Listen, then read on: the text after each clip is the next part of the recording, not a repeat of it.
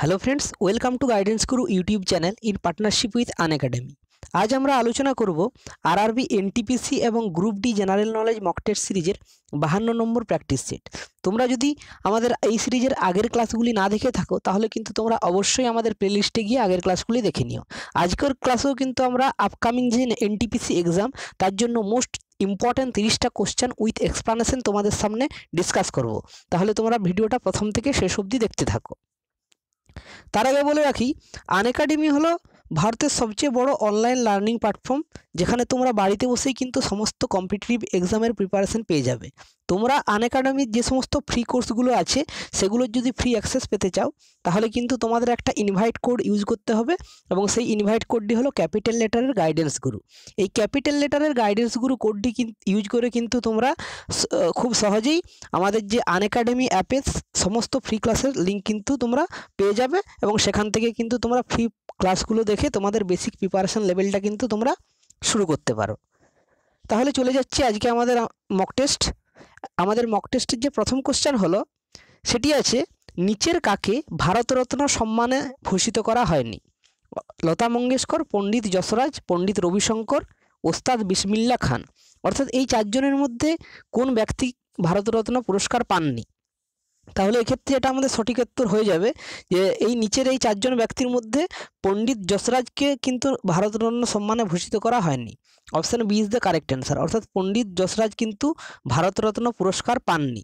তাহলে বাকি যারা আছেন লতা মঙ্গেশকর, পণ্ডিত রবিশঙ্কর এবং ওস্তাদ বিসমিল্লাহ খান, এরা তিনজনেই ভারতরত্ন সম্মান পেয়েছেন। এবং পণ্ডিত রবিশঙ্করকে যদি আমরা দেখি, সেই পণ্ডিত রবিশঙ্কর 1999 সালে ভারতরত্ন পুরস্কার পেয়েছেন, এবং ওস্তাদ বিসমিল্লাহ খান এবং লতা মঙ্গেশকর এরা দুজনেই 2001 সালে ভারতরত্ন পেয়েছেন, 2001 সালে। এবং এই যে ভারতরত্নটি, এটি প্রথম দেওয়া শুরু হয়েছিল, তোমরা অবশ্যই এটা মনে রাখবে, 1954 সালে, 1954 সালে প্রথম এই ভারতরত্ন পুরস্কার দেওয়া শুরু হয়েছিল। এবং লেটেস্ট যেটা 2020 সালের ভারতরত্ন পেয়েছেন তিনজন, তারা ছিলেন প্রণব মুখার্জি, নানাজি দেশমুখ এবং ভূপেন হাজারিকা। এরা তিনজন যারা লাস্ট ভারতরত্ন পেয়েছেন। নেক্সট কোশ্চেনে আমরা চলে যাচ্ছি। আমাদের পরবর্তী কোশ্চেন হলো, মোগলরা নাবরোজ উৎসব গ্রহণ করেছিল কোথা থেকে? পার্সিয়া, ইহুদিদের থেকে, মঙ্গলদের থেকে, নাকি তুর্কিদের থেকে? তাহলে এক্ষেত্রে এটা আমাদের এক্স্যাক্ট কারেক্ট অ্যান্সার হয়ে যাবে, মোগলরা যে নাবরোজ উৎসব সেটা গ্রহণ করেছিল অপশন এ, পার্সিয়া থেকে। পার্সিয়া থেকেই কিন্তু মোগলরা এই নাবরোজ ফেস্টিভ্যালটাকে অ্যাডপ্ট করেছিল। এবং এই যে নাবরোজ ফেস্টিভ্যাল, এটি ইরান বা পার্সিয়া থেকে নেওয়া হয়েছিল, এবং এটি হচ্ছে একটি মোগলদের জাতীয় উৎসব ছিল, এবং 19 দিন ধরে এই উৎসবটি উদযাপন করা হতো। এবং মোগল আমলে এটি ছিল খুবই গুরুত্বপূর্ণ একটি উৎসব। এটিকে স্মরণ করে রাখার জন্য অনেক আগে থেকে এর ব্যবস্থা করা হয়েছিল, এবং আব্দুল কাদির বাদাউনি এই নাবরোজ উৎসবটাকে নাবরোজ ই জালানি বলে অভিহিত করেছিলেন, নাবরোজ ই জালানি। নেক্সট কোশ্চেন, জালিয়ানওয়ালাবাগের গণহত্যার প্রতিবাদে ভাইসরয়ের নির্বাহী পরিষদের সদস্যপদ থেকে পদত্যাগ করেছিলেন কোন ব্যক্তি? মহাত্মা গান্ধী, রবীন্দ্রনাথ ঠাকুর, শঙ্করন নায়ার, নাকি যমুনালাল বাজাজ? তাহলে এক্ষেত্রে এটা আমাদের সঠিক উত্তর হয়ে যাবে, জালিয়ানওয়ালাবাগের গণহত্যার প্রতিবাদে ভাইসরয়ের নির্বাহী পরিষদের যে সদস্যপদ সেখান থেকে পদত্যাগ করেছিলেন নিম্নলিখিত Sankaran Nair. Option C is the correct answer. Sankaran নায়ারই কিন্তু জালিয়ানওয়ালাবাগ হত্যাকাণ্ডের প্রতিবাদের জন্য ভাইসরয়ের নির্বাহী পরিষদের সদস্যপদ থেকে পদত্যাগ করেছিলেন। এবং রবীন্দ্রনাথ ঠাকুর ইনি তার নাইটহুড উপাধি ত্যাগ করেছিলেন এই জালিয়ানওয়ালাবাগ হত্যাকাণ্ডের প্রতিবাদে। এবং এই যে জালিয়ানওয়ালাবাগের গণহত্যা, এটা হয়েছিল 13 এপ্রিল 1919 সালের 13 এপ্রিল এটি হয়েছিল, এই নৃশংস হত্যাকাণ্ডটি। এবং এই সময় ভারতের ভাইসরয় ছিলেন লর্ড চেমসফোর্ড। তোমরা অবশ্যই এটা মনে রাখবে, লর্ড চেমসফোর্ড সেই সময় ভারতবর্ষের ভাইসরয় ছিলেন। নেক্সট কোশ্চেন, 1946 সালের নির্বাচনের পরে মুসলিম লীগ কোন প্রদেশে সরকার গঠন করেছিল? বাংলায়, উত্তর পশ্চিম প্রদেশে, পাঞ্জাবে, নাকি বিহারে? তাহলে এক্ষেত্রে যেটা সঠিক উত্তর হয়ে যাবে অপশান এ, বাংলায়। অপশান এ, বাংলায় হয়ে যাবে সঠিক উত্তর। অর্থাৎ 1946 সালের নির্বাচনের পরে মুসলিম লীগরা বাংলাতে তাদের সরকার গঠন করেছিল। এক্ষেত্রে তোমরা একটু মনে রাখবে যে বাংলায় কৃষক প্রজা পার্টি এবং মুসলিম লীগের জোট সরকার 1946 সালের নির্বাচনে একে ফজলুল হকের নেতৃত্বে কিন্তু ক্ষমতায় এসেছিলেন। এবং পরবর্তীকালে মুসলিম লীগের মন্ত্রিসভা গঠিত হয়েছিল, যা 14ই আগস্ট 1947 সাল অবধি ক্ষমতায় থেকে গিয়েছিল এবং এর যে প্রধানমন্ত্রী ছিলেন তিনি ছিলেন এইচ.এস. সোহরাওয়ার্দী। তোমরা যদি আমাদের এই ফ্রি পিডিএফগুলো পেতে চাও অবশ্যই আমাদের টেলিগ্রাম গ্রুপে জয়েন করো, সেখান থেকে তোমরা কিন্তু এই ফ্রি পিডিএফগুলো পেয়ে যাবে। নেক্সট কোশ্চেন, আন্দামান ও নিকোবরের রাজধানী পোর্ট ব্লেয়ার কোথায় অবস্থিত? তাহলে আন্দামান এবং নিকোবরের যে ক্যাপিটাল পোর্ট ব্লেয়ার সেটা কোথায় অবস্থিত? North Andaman, middle Andaman, south Andaman নাকি গ্রেট আন্দামান? তাহলে এক্ষেত্রে এটা আমাদের সঠিক উত্তর হয়ে যাবে, যেটা পোর্ট ব্লেয়ার সেটা কিন্তু অবস্থিত সাউথ আন্দামানে অর্থাৎ দক্ষিণ আন্দামানে কিন্তু অবস্থিত। Option C is the correct answer. Andaman এবং নিকোবরের রাজধানী পোর্ট ব্লেয়ার দক্ষিণ আন্দামানে অবস্থিত এবং এক্ষেত্রে তোমরা মনে রাখবে যে নর্থ আন্দামানে অবস্থিত নারকোন্ডাম আইল্যান্ড, মিডিল আন্দামানে অবস্থিত ব্যারান আইল্যান্ড এবং গ্রেট নিকোবর সেটা হচ্ছে আমাদের গ্রেট নিকোবরে অবস্থিত ইন্দিরা পয়েন্ট যেটা হচ্ছে সবথেকে southern most point of India অর্থাৎ ভারতের যে দক্ষিণতম স্থলবিন্দু সেটি গ্রেট নিকোবরে অবস্থিত। এবং এক্ষেত্রে তোমরা আরও একটা জিনিস মনে রাখবে যে আন্দামান এবং নিকোবরের মাঝে যে ক্যানেলটা গেছে সেটা 10 ডিগ্রি ক্যানেল নামে পরিচিত এবং যেটা ডানকান প্যাসেজ সেটা কিন্তু রয়েছে সাউথ আন্দামান এবং লিটিল আন্দামানের মাঝে। সাউথ আন্দামান এবং লিটিল আন্দামানের মাঝে রয়েছে ডানকান প্যাসেজ। নেক্সট কোশ্চেন, নিম্নলিখিত কোনটি সর্বোচ্চ পর্বতশৃঙ্গ? মাকালু, নাঙ্গা পর্বত, অন্নপূর্ণা নাকি নন্দা দেবী? অর্থাৎ নিম্নলিখিত 4টি পর্বতশৃঙ্গের মধ্যে কার উচ্চতা সবচেয়ে বেশি? তাহলে এক্ষেত্রে যেটা আমাদের সঠিক উত্তর হয়ে যাবে, এই নিম্নলিখিত এই যে 4টি পর্বতশৃঙ্গ রয়েছে তাদের মধ্যে সবথেকে উচ্চতম পর্বতশৃঙ্গ হলো Makalu. Option A is the correct answer. এদের মধ্যে সবথেকে বেশি হাইট হচ্ছে মাকালুর। আমরা যদি করসপন্ডিং হাইটগুলো একটু দেখি তাহলে দেখব মাকালুর উচ্চতা হচ্ছে 8,481 মিটার, নাঙ্গা পর্বতের উচ্চতা হচ্ছে 8,126 মিটার, অন্নপূর্ণার উচ্চতা হলো 8,076 মিটার এবং নন্দা দেবীর উচ্চতা হলো 7,887 মিটার। তাহলে এখানের মধ্যে মাকালুই হচ্ছে সর্বোচ্চ এবং সবচেয়ে কম উচ্চতা হচ্ছে নন্দা দেবীর। নেক্সট কোশ্চেন, মুম্বাই ও পুনেকে একসাথে যুক্ত করেছে কোন ঘাট? অর্থাৎ মুম্বাই ও পুনেকে একসাথে কানেক্ট করেছে কোন ঘাট বা কোন পাস? তাহলে এক্ষেত্রে যেটা আমাদের সঠিক উত্তর হয়ে যাবে, মুম্বাই এবং পুনেকে একসাথে যুক্ত করেছে Bhorghat. Option B is the correct answer. অর্থাৎ এই যে ভোরঘাট, এই ভোরঘাটটি মুম্বাই এবং পুনেকে একসাথে সংযুক্ত করেছে এবং এক্ষেত্রে তোমরা মনে রাখবে যেটা থলঘাট সেটা মুম্বাই এবং নাসিককে একসাথে যুক্ত করেছে, মুম্বাই এবং নাসিক। ভোরঘাট হলো মুম্বাই এবং পুনে এবং পালঘাট সেটা হচ্ছে তামিলনাড়ুর যে চেন্নাই এবং কেরালার যে কোচি, এই চেন্নাই এবং কোচিকে একসাথে যুক্ত করেছে পালঘাট এবং সেনকোটা পাস একসাথে যুক্ত করেছে তামিলনাড়ুর মাদুরাই এবং কেরালার Thiruvananthapuram.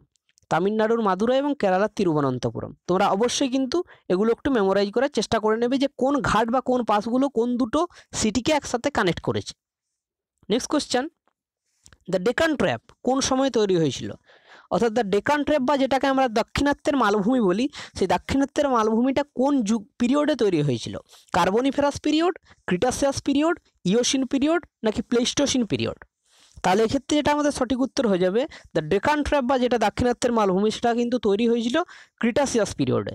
Option B is the correct answer. অর্থাৎ এই যে ক্রিটাসিয়াস পিরিয়ড, এই ক্রিটাসিয়াস পিরিয়ডেই ডেকান ট্র্যাপের উৎপত্তি হয়েছিল এবং এই যে কার্বনিফেরাস পিরিয়ডে গন্ডোয়ানা ল্যান্ডের উৎপত্তি হয়েছিল। গোন্ডোয়ানা ল্যান্ড সেই গোন্ডোয়ানা ল্যান্ডের উৎপত্তি হয়েছিল কার্বনিফেরাস পিরিয়ডে এবং ইওসিন পিরিয়ডে হিমালয়ের উৎপত্তি হয়েছিল। এটা কিন্তু খুব ইম্পর্ট্যান্ট যে আমাদের যে হিমালয় পর্বত মাউন্ট এভারেস্ট সেটা কিন্তু উৎপত্তি হয়েছিল ইওসিন পিরিয়ডে এবং এই যে প্লেস্টোসিন পিরিয়ড সেটাও কিন্তু খুব গুরুত্বপূর্ণ।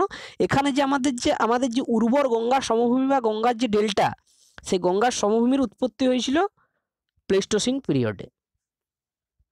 নেক্সট কোশ্চেন, জেলা মহিলা সহায়তা সমিতির চেয়ারম্যান কে?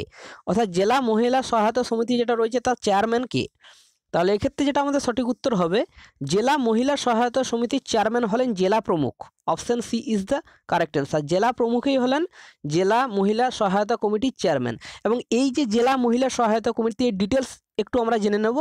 এই যে জেলা মহিলা সহায়তা সমিতি এর চেয়ারম্যান হলেন জেলা প্রমুখ এবং এর যে ভাইস চেয়ারম্যান তিনি হলেন ডিস্ট্রিক্ট কালেক্টর এবং এর যে মেম্বার সেক্রেটারি তিনি হলেন program officer women and child development এবং যে সমস্ত মেম্বার্সরা এই পরিষদের মধ্যে আছে তারা হলেন chief judicial magistrate, SP, legal expert এবং বিভিন্ন ধরনের যে এনজিও অর্থাৎ নন গভর্নমেন্টাল অর্গানাইজেশন, এগুলো তোমরা একটু মেমোরাইজ করে নেবে। নেক্সট কোশ্চেন, ম্যাগনেসিয়াম পরমাণুতে ইলেকট্রনের সংখ্যাটি কত? অর্থাৎ ম্যাগনেসিয়ামের যে একটা পরমাণু তাতে ইলেকট্রনের যে বিন্যাস সেটি কত?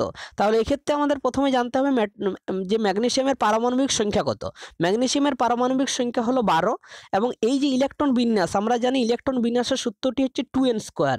অর্থাৎ যদি প্রথম কক্ষপথে ইলেকট্রনের সংখ্যা তাহলে হয়ে যাবে 2, দ্বিতীয় কক্ষপথে ইলেকট্রনের সংখ্যা হয়ে যাবে 8, তৃতীয় কক্ষপথে ইলেকট্রনের সংখ্যা হয়ে যাবে 18। এই সূত্র অনুযায়ী কিন্তু হতে থাকবে। তাহলে আমরা ক্লিয়ারলি দেখতে পাচ্ছি প্রথম কক্ষপথে 2টি থাকবে, দ্বিতীয় কক্ষপথে 8টি থাকবে। তাহলে 2, 8 এবং 12টির মধ্যে তাহলে একটি অবশিষ্ট রয়ে গেল, তাহলে আরও 2 হয়ে যাবে। তাহলে কারেক্ট অ্যান্সার হবে অপশন ডি, 2, 8 এবং 2। 282 হলো ম্যাগনেসিয়াম পরমাণুর ইলেকট্রন বিন্যাস। Option D is the correct answer. Next question, গাছপালা ড্যাশ থেকে পুষ্টি সংগ্রহ করে? পরিবেশ থেকে, ক্লোরোফিল থেকে, মাটি থেকে, নাকি আলো থেকে? তাহলে এক্ষেত্রে এটা আমাদের সঠিক উত্তর হয়ে যাবে গাছপালারা মেন যেটা পুষ্টি, যার নিউট্রিশন যেটা অ্যাবজর্ব করে সেটা কিন্তু পরিবেশ থেকে নয়, ক্লোরোফিল থেকেও নয়, আলো থেকেও নয়, সেটি কিন্তু মাটি থেকে। তার যে পুষ্টি, সেই মেন পুষ্টিটা কিন্তু তারা গ্রহণ করে মাটি থেকে। তাহলে option C is the correct answer. Next question, 1 mole ইথানলের ভর কত? 36 গ্রাম, 46 গ্রাম, 48 গ্রাম, 52 গ্রাম। তাহলে এই সমস্যার সমাধান করতে হলে আমাদের প্রথমে জানতে হবে ইথানলের সংকেত কি। কারণ এই সমস্ত কোশ্চেনগুলো মুখস্থ করলে হয় না, এগুলো একটু বুঝতে হবে। তাহলে তোমরা একটু বুঝে নিও ব্যাপারটা। ইথানলের সংকেত আমরা জানি CH3 CH2OH। তাহলে এরপর আমরা দেখব একটি কার্বনের ভর হলো 1 মোল কার্বনের ভর হলো 12। এখানে 3টি হাইড্রোজেন আছে, তার জন্য 3 আরও যুক্ত হয়ে যাবে। এখানে আরও একটি কার্বন আছে, আরও 12 যুক্ত হয়ে যাবে। 2টি হাইড্রোজেন আছে, আরও 2 যুক্ত হয়ে যাবে। একটি অক্সিজেনের জন্য 16 যুক্ত হবে এবং আরেকটি হাইড্রোজেনের জন্য আরও 1 যুক্ত হবে। তাহলে এই সবগুলো যদি একসাথে আমরা যোগ করি তাহলে আমরা পেয়ে যাব 46। তাহলে আমাদের কারেক্ট অ্যান্সার হয়ে যাবে 1 মোল ইথানলের ভর হয়ে যাবে 46 gram. Option B is the correct answer. Next question, নিম্নলিখিতগুলির মধ্যে কোনটি দ্রুততম বায়ু অবক্ষয়ের মধ্য দিয়ে যায়? আমের বীজ, আম গাছের কাঠ, আমের খোসা, নাকি আমের সজ্জা বা আমের যেটা শাঁস বলি আমরা? তাহলে এক্ষেত্রে এটা সঠিক উত্তর হয়ে যাবে। তোমরা যারা অ্যান্সারগুলো দিতে পারবে অবশ্যই তোমরা একটু দেওয়ার চেষ্টা করো। এক্ষেত্রে আমাদের সঠিক উত্তর হয়ে যাবে নিম্নলিখিতগুলির মধ্যে যেটি দ্রুত বায়ু অবক্ষয়ের মধ্যে দিয়ে যায়, অর্থাৎ যার বায়োডিগ্রেডেশন সবথেকে ফাস্ট হয়, সেটি হয়ে যাবে আমের সজ্জা বা আমের শাঁস। Option D is the correct answer. অর্থাৎ এই 4টির মধ্যে কিন্তু সবথেকে বেশি বায়োডিগ্রেডেশন ফাস্ট হয় কিন্তু আমের সজ্জার। Option D is the correct answer. কারণ আমের এই যে সজ্জা বা আমের যে শাঁস, এর মধ্যে কিন্তু বিভিন্ন ধরনের এনজাইম রয়েছে এবং বেশিরভাগ জলের উপাদান রয়েছে, এবং এই যে এনজাইম বা উৎসেচকের উপস্থিতির জন্যই কিন্তু এর যে বায়োডিগ্রেডেশনের হার সেটা কিন্তু খুবই দ্রুত হয় অন্যান্যদের থেকে। এবং যেটা খোসা আমের, সেটা সেলুলোজ দ্বারা তৈরি। সেলুলোজও হচ্ছে একটি জীবাণু বিয়োজ্য, কিন্তু এটি সজ্জা বা শ্বাসের থেকে ধীর গতিতে বিয়োজিত হয়। এবং আমের যে বীজ, এটাও জীবাণু বিয়োজ্য, কিন্তু এটা পুরোপুরি বিয়োজিত হতে কিন্তু অনেকটাই সময় লাগে এদের তুলনায়, শ্বাস বা যেটা খোসার তুলনায়। Next question, oil of vitriol কাকে বলা হয়? HCl, HNO3, H2SO4, নাকি H2A2? তাহলে এক্ষেত্রে যেটা আমাদের সঠিক উত্তর হয়ে যাবে, অয়েল অফ ভিট্রিয়ল বলা হয় কিন্তু H2SO4 অর্থাৎ সালফিউরিক অ্যাসিডকে। H2SO4 বা সালফিউরিক অ্যাসিডকে অয়েল অফ ভিট্রিয়ল বলা হয়। Option C is the correct answer. এবং তোমরা এক্ষেত্রে একটা জিনিস মনে রাখবে যে HCl বা হাইড্রোক্লোরিক অ্যাসিড, এই হাইড্রোক্লোরিক অ্যাসিডটাকে মিউরিয়েটিক অ্যাসিড বলা হয়। এটা অবশ্যই খুব গুরুত্বপূর্ণ। হাইড্রোক্লোরিক অ্যাসিড যেটা সেটাকে মিউরিয়েটিক অ্যাসিড বলা হয়, এবং সালফিউরিক অ্যাসিড যেটা সেটাকে অয়েল অফ ভিট্রিয়ল বলা হয়। এবং H2O2 এটা হলো হাইড্রোজেন পার অক্সাইড। নেক্সট কোশ্চেন, তার আগে তোমরা যারা আনএকাডেমির প্লাস কোর্সের সাবস্ক্রিপশান নিতে চাও তাদের জন্য কিন্তু রয়েছে 1 মাস, 3 মাস, 6 মাস, 1 বছর, এমনকি 2 বছরের কোর্স। তোমরা যদি এই প্লাস প্যাকেজের সাবস্ক্রিপশানটা নিতে চাও তাহলে কিন্তু তোমরা অবশ্যই আমাদের যে ক্যাপিটাল লেটারের গাইডেন্স গুরু, এই গাইডেন্স গুরু কোডটি ব্যবহার করবে। ক্যাপিটাল লেটারের গাইডেন্স গুরু কোডটা ব্যবহার করলে কিন্তু তোমরা এই সমস্ত যে সমস্ত রেটগুলো তোমাদের সামনে শো করছে, এই সমস্ত রেটের উপর কিন্তু ফ্ল্যাট 10% ডিসকাউন্ট তোমরা কিন্তু সহজেই পেয়ে যাবে। তাহলে তোমরা যারা আনএকাডেমি অ্যাপ এখনও ইনস্টল করেনি তারা কিন্তু আমাদের ডেসক্রিপশন বক্সে লিঙ্ক দেওয়া আছে, সেখান থেকে আনএকাডেমি লার্নিং অ্যাপ ডাউনলোড করে কিন্তু তোমরা গাইডেন্স গুরু কোডটি অ্যাপ্লাই করে প্লাস সাবস্ক্রিপশনটা নিয়ে তোমাদের যে সমস্ত কম্পিটিটিভ এক্সাম সামনে রয়েছে সেগুলোর প্রিপারেশন কিন্তু তোমরা চালিয়ে যেতে পারো। কারণ তোমরা আনএকাডেমির মাধ্যমে কিন্তু ওয়েস্ট বেঙ্গলের টপ এডুকেটরদের সাথে লাইভ ইন্টারেক্ট করার একটা সুযোগ পাবে বাড়িতে বসেই। তাহলে চলে যাচ্ছি এখন আমরা আমাদের পরের কোশ্চেনে। আমাদের পরের কোশ্চেনটি হলো নিচের কোনটি ভক্ষণীয়, অর্থাৎ নিচের কোনটি আমাদের মানে খাবারের উপযোগী? Sodium bicarbonate, sodium carbonate, sodium hydroxide নাকি উপরের সবগুলি? তাহলে আশা করি তোমরা হয়তো এই কোশ্চেনের অ্যান্সারটা পারবে। তো এক্ষেত্রে যেটা আমাদের সঠিক উত্তর হয়ে যাবে, নিচের যেটি ভক্ষণীয় সেটি কিন্তু অর্থাৎ যেটি খাওয়া যায় সেটি হয়ে যাবে sodium bicarbonate. Option A is the correct answer. Sodium bicarbonate কিন্তু ভক্ষণীয়, অর্থাৎ সোডিয়াম বাইকার্বনেট বা যেটাকে আমরা বলি NaHCO3, এই যে NaHCO3 এটাকে আমরা বেকিং সোডা বা খাবার সোডাও বলে থাকি এবং এটি ভক্ষণীয়, অর্থাৎ এটি আমরা কিন্তু খাই। এবং যেটা সোডিয়াম কার্বনেট এটা অর্থাৎ Na2CO3 এটা কিন্তু ওয়াশিং সোডা হিসেবে ব্যবহার করা হয়, অর্থাৎ কাপড় কাচা সোডা হিসেবে সোডিয়াম কার্বনেটটা ব্যবহার করা হয়, সুতরাং এটাকে কিন্তু খাওয়া হয় না। নেক্সট কোশ্চেন, মৌমাছির দংশন খুব বেদনাদায়ক। মৌমাছির স্ট্রিং বা এর যে মৌমাছির যে হুল সেটিতে কোন কেমিক্যাল থাকে? Hydrochloric acid, sulphuric acid, acetic acid নাকি মিথানোইক অ্যাসিড? তাহলে এক্ষেত্রে যেটা আমাদের সঠিক উত্তর হয়ে যাবে, মৌমাছির যে দংশনে যে বেদনাটার সৃষ্টি হয় সেটা কিন্তু একটা কেমিক্যালের জন্য হয় যেটা আমাদের শরীরে প্রবেশ করে এবং সেই কেমিক্যালটি হলো option D methanoic acid. Option D is the correct answer. Methanoic acid কিন্তু মৌমাছির স্টিং বা হুলের মধ্যে থাকে যেটি কিন্তু আমাদের শরীরে ব্যথার উদ্ভব করে। এবং এই যে মিথানোইক অ্যাসিড এটিকে অনেক সময় ফর্মিক অ্যাসিডও বলা হয়। তোমরা হয়তো ফর্মিক অ্যাসিড নামটা জানো, কিন্তু ফর্মিক অ্যাসিডেই যে মিথানোইক অ্যাসিড সেটা তোমরা হয়তো জানো না। ফর্মিক অ্যাসিড বা মিথানোইক অ্যাসিড একই জিনিস এবং এর যে সংকেত সেটা হলো HCOOH এবং এটি কিন্তু মৌমাছির স্টিং বা হুলে থাকে। নেক্সট কোশ্চেন, অ্যাসিডিটির সমস্যার চিকিৎসার জন্য ডাক্তার দ্বারা কোন ওষুধের পরামর্শ দেওয়া হয়? তাহলে অ্যাসিডিটির যে সমস্যা তার সমাধানের জন্য ডাক্তাররা কী রকমের ওষুধ দেন? অ্যানালজেসিক, অ্যান্টিবায়োটিক, অ্যান্টাসিড নাকি অ্যান্টিপাইরেটিক? তাহলে এক্ষেত্রে যেটা আমাদের সঠিক উত্তর হয়ে যাবে, অ্যাসিডিটির সমস্যার জন্য ডাক্তাররা যে ওষুধ খাওয়ার পরামর্শ দেন সেগুলি হলো antacid. Option C is the correct answer. Antacid দেন, অর্থাৎ অ্যান্টাসিড কথার অর্থ হলো অম্লনাশক, অর্থাৎ অ্যাসিডিটি সমস্যার জন্য এই অম্লনাশক বা অ্যান্টাসিড দ্বারা কিন্তু তার চিকিৎসা করা হয়। এক্ষেত্রে তোমরা যেটা মনে রাখবে, অ্যানালজেসিকের অর্থ হলো বেদনানাশক, অর্থাৎ আমাদের যে বেদনা বা পেন রিলিফের ক্ষেত্রে যে ওষুধটা দেওয়া হয় সেটা অ্যানালজেসিক দেওয়া হয়।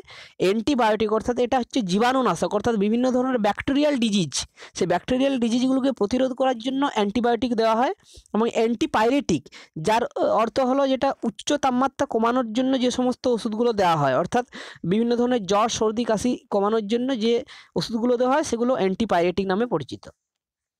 নেক্সট কোশ্চেন, অ্যাসিড বৃষ্টির পিএইচ কত? 4.0, 5.5, 7 নাকি 12? যেহেতু অ্যাসিড বৃষ্টি মানে তার মধ্যে তো অ্যাসিড থাকবেই, আমরা জানি পিএইচের নর্মাল রেঞ্জ হচ্ছে 7 এবং তার যে উপরে সেগুলো হচ্ছে বেস এবং তার যে নিচে সেগুলো অ্যাসিড নামে পরিচিত। তাহলে অ্যাসিড বৃষ্টির পিএইচ অবশ্যই 7-এর থেকে কম হবে। এখন আমরা যদি দেখি যে নর্মাল বৃষ্টির পিএইচ কিন্তু 5.5, এর মধ্যে খুব একটা বেশি অ্যাসিড থাকে না, তার জন্য 5.5 হয় নর্মাল যে বৃষ্টিপাত। কিন্তু অ্যাসিড বৃষ্টির মধ্যে অত্যাধিক পরিমাণে সালফার ডাইঅক্সাইড এবং নাইট্রোজেন ডাইঅক্সাইড থাকার জন্য এর মধ্যে অ্যাসিডের পরিমাণ কিন্তু আরও বেশি হয় এবং সেই কারণে এর যে পিএইচ সেটা 5.5-এর থেকে কমে যায় এবং সেটা আলটিমেটলি হয় 4.0। তাহলে আমরা জানলাম যে এখানে অ্যাসিড বৃষ্টি যেটা তার পিএইচ হয়ে যাবে 4.0 এবং যেটা নর্মাল বা সাধারণ বৃষ্টিপাত তার যে পিএইচ সেটা হয়ে যাবে 5.5। নেক্সট কোশ্চেন, নিচের কোনটি কার্বোহাইড্রেটের উৎস নয়? চাল, বাজরা, ছোলা নাকি উপরের কোনোটিই নয়? তাহলে কার্বোহাইড্রেট যে হলো সেই সমস্ত খাবার যেগুলো মানব শরীরে শক্তি মানে সাপ্লাই করে, অর্থাৎ শক্তি সরবরাহ করে। তাহলে এক্ষেত্রে এটা আমাদের সঠিক উত্তর হয়ে যাবে, নিম্নলিখিত যেটি ছোলা সেটা কিন্তু কার্বোহাইড্রেটের উৎস নয়। বাকি চাল এবং বাজরা এগুলি কার্বোহাইড্রেটের উৎস, বাট ছোলা কিন্তু কার্বোহাইড্রেট উৎস নয়। আমরা যদি দেখি তাহলে আমরা দেখব গম, চাল, ভুট্টা, যব, জোয়ার ইত্যাদি শস্যগুলি শর্করা সমৃদ্ধ উৎস, অর্থাৎ কার্বোহাইড্রেট থাকে। এবং ডাল বিভিন্ন ধরনের যেমন ছোলা, মটর, অড়হর, সবুজ মটর, কালো ছোলা, মুগ, কাবুতর মটর ইত্যাদি এগুলি থেকে আমরা মেনলি কিন্তু প্রোটিন পাই, কার্বোহাইড্রেট বা শর্করা কিন্তু পাই না। নেক্সট কোশ্চেন, নিম্নলিখিত উপাদানগুলির মধ্যে কোনটি পুষ্টিকর খাবার নয়? কার্বোহাইড্রেট, প্রোটিন, তন্তু নাকি লিপিড? অর্থাৎ এই চারটির মধ্যে কোন খাবারের কোনো পুষ্টিগুণ নেই? তাহলে আমরা যদি দেখি অপশানগুলো, তাহলে আমরা দেখব কার্বোহাইড্রেট কিন্তু পুষ্টিগুণ যথেষ্টই আছে, এটি মানব শরীরে শক্তি প্রদান করে। অপশান এ পুষ্টিগুণ আছে। প্রোটিনেও পুষ্টিগুণ যথেষ্ট আছে এবং লিপিড যেটা সেটাও পুষ্টিগুণ পাওয়া যায়, কিন্তু তন্তু বা যেটাকে ফাইবার বলা হয়, তন্তু বা ফাইবার, এই তন্তু বা ফাইবার জাতীয় যে সমস্ত খাবারগুলি আছে সেগুলির মধ্যে কোনো কিন্তু পুষ্টিগুণ নেই। তাহলে option C is the correct answer. Next question, মাছগুলি কোন প্রধান উপাদানগুলি সরবরাহ করে? অর্থাৎ মাছের মধ্যে আমরা কি কি খাদ্য উপাদান পাই? কেবলমাত্র কার্বোহাইড্রেট, প্রোটিন, ফ্যাট এবং ভিটামিন, কেবলমাত্র প্রোটিন, কেবলমাত্র ফ্যাট? তাহলে এক্ষেত্রে এটা আমাদের সঠিক উত্তর হয়ে যাবে মাছগুলির মধ্যে আমরা যে প্রধান খাদ্য উপাদানটি পাই সেগুলি কিন্তু প্রোটিন, ফ্যাট, ভিটামিন, এই 3 ধরনের উপাদানেই কিন্তু আমরা মাছের মধ্যে পাই। Option B is the correct answer. অর্থাৎ মাছের মধ্যে প্রোটিনও পাওয়া যায়, ফ্যাটও পাওয়া যায়, এমনকি ভিটামিনও পাওয়া যায়। নেক্সট কোশ্চেন, 2020 সালের অক্টোবরে নিম্নলিখিত শহরগুলির মধ্যে কোনটি 304 বায়ু মানের সূচক অর্থাৎ এয়ার কোয়ালিটি ইন্ডেক্স রেকর্ড করেছে, যা অত্যন্ত খারাপ বিভাগের মধ্যে পড়ে? তাহলে আশা করি তোমরা হয়তো অনেকেই এই কোশ্চেনটার উত্তর পারবে। এক্ষেত্রে যেটা আমাদের সঠিক উত্তর হয়ে যাবে 2020 সালের অক্টোবরে যে শহরটির এয়ার কোয়ালিটি ইন্ডেক্স 304 ধরা পড়েছে সেটি হয়ে যাবে Delhi. Option B is the correct answer. দিল্লির যে প্রেজেন্ট এয়ার কোয়ালিটি ইন্ডেক্স 2020 সালে সেটির যে মান সেটি হলো 304 এবং যেটি কিন্তু অত্যন্ত খারাপ বিভাগের মধ্যে পড়ে। অর্থাৎ আমরা এখান থেকে দেখতেই পাচ্ছি যে 301 থেকে 400 এই বিভাগটা কিন্তু অত্যন্ত খারাপ বিভাগ এবং এর মধ্যে কিন্তু দিল্লি রয়েছে। নেক্সট কোশ্চেন, গ্রাহক সুরক্ষা আইন 2019 কবে কার্যকর করা হয়েছিল? অর্থাৎ কনজিউমার প্রোটেকশন অ্যাক্ট যেটা 2019 সেটা কার্যকর কবে হয়েছিল? তাহলে এক্ষেত্রে যেটা আমাদের সঠিক উত্তর হয়ে যাবে 2019 সালের যে কনজিউমার প্রোটেকশন অ্যাক্ট বা গ্রাহক সুরক্ষা আইন সেটা কিন্তু 20 জুলাই 2020 সালে সেটিকে কার্যকর করা হয়েছিল। Option B is the correct answer. অর্থাৎ 20 জুলাই 2020 এই তারিখেই কিন্তু গ্রাহক সুরক্ষা আইন 2019টাকে কার্যকর হয়েছিল। নেক্সট কোশ্চেন, নিম্নলিখিত কোন ভাষাটি দ্রাবিড় সাহিত্যের অংশ নয়? অর্থাৎ এখানে 4টি ভাষা দেওয়া আছে, তামিল, তেলেগু, কন্নড় এবং সংস্কৃত। এই 4টি ভাষার মধ্যে কোনটি দ্রাবিড় সাহিত্যের অংশ নয়? তাহলে এক্ষেত্রে আমাদের সঠিক উত্তর যেটা হয়ে যাবে যে নিম্নলিখিত এই 4টি ভাষার মধ্যে কিন্তু সংস্কৃত যেটা সেটা কিন্তু দ্রাবিড় সাহিত্যের অন্তর্ভুক্ত নয়। তাহলে আমরা যদি দ্রাবিড় সাহিত্যটা দেখি তাহলে দ্রাবিড় সাহিত্য মূলত কিন্তু 4টি ভাষা রয়েছে, মূলত 4টি ভাষা। সেই 4টি ভাষা হলো তামিল, তেলেগু, কন্নড় এবং মালায়ালাম। এই 4টি ভাষাই হচ্ছে তামিল সাহিত্যের মূল ভাষা এবং তামিল এদের মধ্যে হলো সবথেকে প্রাচীনতম ভাষা এবং যেটি দ্রাবিড় চরিত্রকে সবচেয়ে বেশি সংরক্ষিত করে। তাহলে সংস্কৃত যে ভাষাটি সেটি কিন্তু দ্রাবিড় সাহিত্যের অন্তর্ভুক্ত নয়।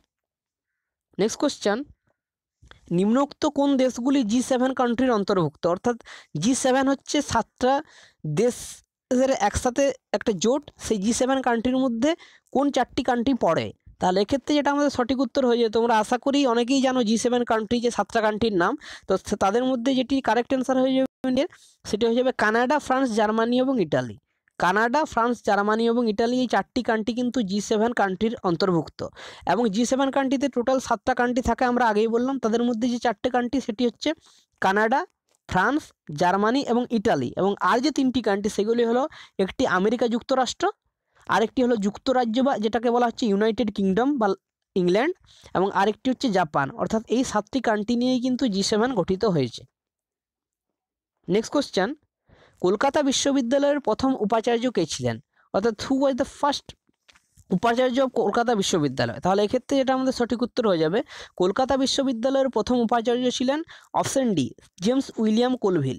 জেমস উইলিয়াম কোলভিল ছিলেন কিন্তু কলকাতা বিশ্ববিদ্যালয়ের প্রথম উপাচার্য এবং এই যে কলকাতা বিশ্ববিদ্যালয় এটা 1857 সালে তৈরি হয়েছিল এবং এটা ছিল ভারতের সর্বপ্রথম বিশ্ববিদ্যালয় এবং এটি তৈরি করেছিলেন লর্ড ক্যানিং। লর্ড ক্যানিংয়ের আমলে এটি তৈরি হয়েছিল। নেক্সট কোশ্চেন, দাঁত এবং হাড়ের শক্তি এবং দৃঢ়তা কিসের কারণে লাভ করে? ক্লোরিন, সোডিয়াম, ক্যালসিয়াম নাকি ফ্লোরিন? তাহলে এক্ষেত্রে যেটা আমাদের সঠিক উত্তর হয়ে যাবে দাঁত এবং যে হাড় তাদের যে শক্তি এবং দৃঢ়তা সেটা কিন্তু বাড়ায় calcium. Option C is the correct answer. ক্যালসিয়ামের উপস্থিতির জন্যই কিন্তু আমাদের যে দাঁত এবং হাড়ের শক্তি এবং দৃঢ়তা বাড়ে। তাহলে কারেক্ট অ্যান্সার হয়ে যাবে অপশান সি। আজকের মক টেস্টের শেষ কোশ্চেনে আমরা হাজির হয়ে গেছি এবং সেটি হলো লকজো নিম্নলিখিত কোন রোগের চূড়ান্ত পর্যায়ে? অর্থাৎ লকজোর একটা হচ্ছে রোগ এবং এই রোগটি মানে কোন রোগের চূড়ান্ত পর্যায়ে, এটি একটি হচ্ছে ইন্ডিকেশন এবং সেটি কোন রোগের চূড়ান্ত পর্যায়ে, ডিপথেরিয়া, নিউমোনিয়া, সিফিলিস নাকি টিটেনাস। তাহলে এই কোশ্চেনটা তোমাদের জন্য হোমওয়ার্ক রইল। তোমরা যারা ভিডিওটা সম্পূর্ণভাবে দেখলে এতক্ষণ অবধি তারা কিন্তু অবশ্যই ভিডিওটা সম্পূর্ণভাবে দেখার পর এই কোশ্চেনের কারেক্ট অ্যান্সারটা তোমরা একটু কমেন্ট বক্সে কমেন্ট করে জানাবে যে লক জো এটি কোন রোগের চূড়ান্ত পর্যায়ে। তাহলে আজকের মক টেস্ট আমরা এখানেই শেষ করছি। আশা করি তোমাদের ভিডিওটা ভালো লেগেছে। তোমাদের যদি ভিডিওটা ভালো লেগে থাকে তোমরা অবশ্যই তোমাদের বন্ধুদের সাথে একটা ভিডিওটা শেয়ার করে দিও এবং প্রত্যেক দিন ঠিক সন্ধ্যে 7টার থেকে আমাদের এই মক টেস্ট সিরিজটা দেখতে থাকো। আমরা প্রত্যেক দিনই কিন্তু মোস্ট ইম্পর্ট্যান্ট 30টা কোশ্চেন তোমাদের সামনে উইথ এক্সপ্লানেশন তুলে ধরবো এবং সেগুলো সম্পর্কে যে সমস্ত ডাউটগুলো থাকবে সেগুলোও কিন্তু আমরা নেক্সট ক্লাসে ক্লিয়ার করে দেবো। তো দেখা হবে আবার পরের ভিডিওতে। Still then stay tuned. Thank you.